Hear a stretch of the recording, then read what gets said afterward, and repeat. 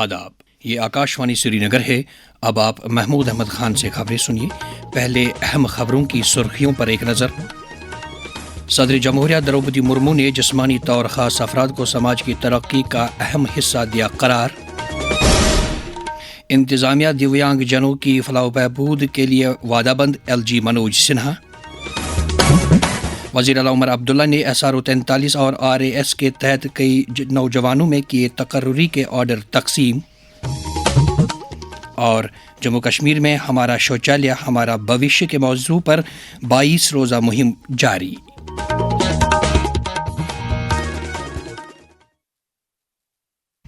اب خبریں تفصیل سے۔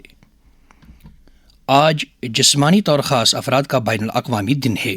اس دن سماج کے اس خاص طبقے سے وابستہ افراد کے حقوق کو اجاگر کیا جاتا ہے اور انہیں یکساں مواقع فراہم کیے جانے پر مرکوز اقدامات کا احاطہ کیا جاتا ہے۔ آج کے دن کی مناسبت سے ملک کے ساتھ ساتھ جموں کشمیر میں بھی کئی تقریبات منعقد ہوئیں۔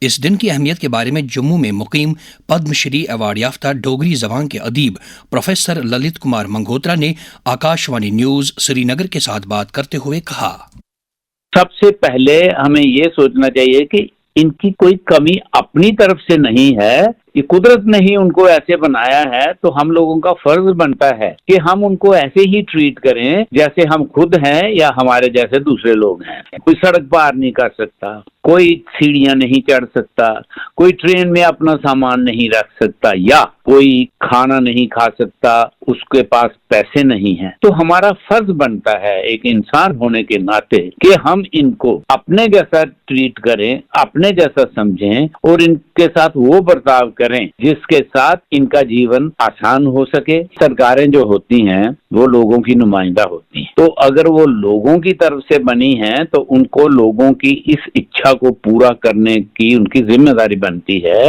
کہ ہم سماج کے اس ورگ کو، ان لوگوں کو جو کمزور ہیں ذہنی طور پر، جسمانی طور پر، ان کی مدد کی جائے۔